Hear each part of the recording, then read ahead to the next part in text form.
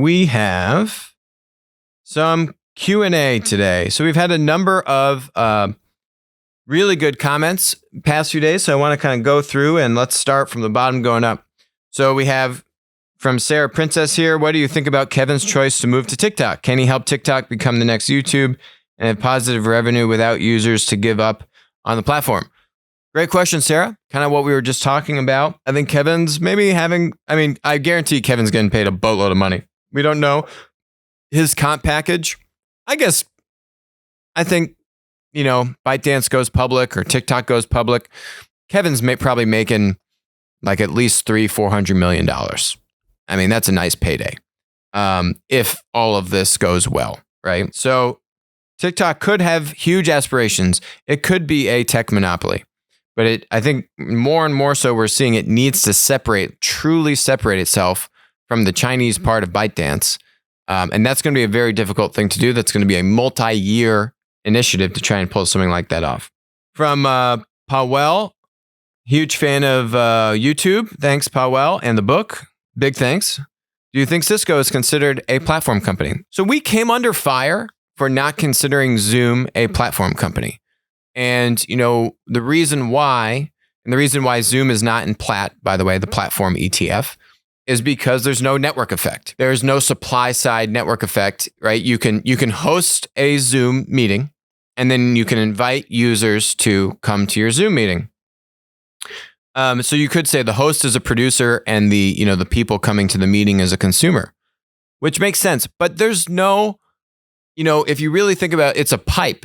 And so it's a pipe more than a platform, right? There's no common user identity. There's no idea of you have like a friend network or an address book, kind of like a WhatsApp, right? These more communication platforms. If you look at the communication platforms, there's usually some idea of friending. There's like a double opt-in, right? So, I would be using this video conferencing app to connect with all of my friends. So that idea of friends and that double opt-in and that stickiness on the demand and the supply side, it's really not there for a Zoom or really for any of these other solutions. So if you look at being able to compete with Zoom, you just need to have a slick video conferencing app, which there are now like 10 plus competitors.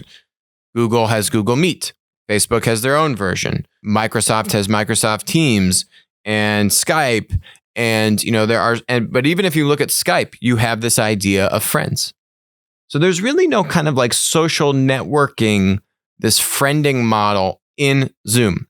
If they added that in and they showed that stickiness, boosting engagement and that kind of network effect, then I think Zoom could be considered a platform business because that's going to give you a barrier to entry. Because now it's not just about the technology and ease of use of using Zoom for video calls. Now it's about the technology and the network and your ecosystem of friends and connecting with others, right? Whereas right now it's really much more of a push function versus kind of push and pull. Drew says here, he just finished Modern Monopolies over the weekend. Awesome, Drew. And he had some questions on Fiverr. The platform strength seems strong, but wanted to get your thoughts on it. Comps on the space are Upwork, but it's a completely different model. So let's look at Fiverr. So Fiverr is actually a public company. It's headquartered in Tel Aviv. And I believe that Fiverr is about to be included in PLAT in the upcoming rebalance in a few weeks. So Fiverr is a great platform company. It's a little bit different than the Upwork model. If you think about the interaction model on Fiverr, Upwork is kind of like a reverse auction. I kind of post a job and then people bid on that job. Whereas, Fiverr is a little bit different in the sense that people are offering their services. Fiverr, the rates are more transparent and the consumer can pick different services that are offered by these different producers that have different services based on the ratings and the reviews.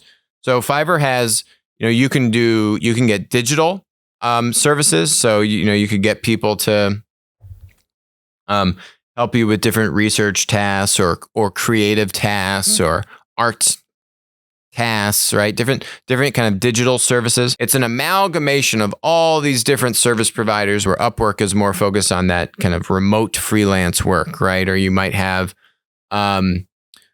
more like a Handy or Angie's List, which is focused on that in-person kind of like contractor services, right? I think it is going to be included in the next rebalance on PLAT. We'll see how it does for the stock, but it is a pretty interesting company and has surprisingly been able to carve out a pretty nice place for itself in the platform world. Hi, this is Alex from Winner Take All. Thanks for joining us. Hope you enjoyed the content.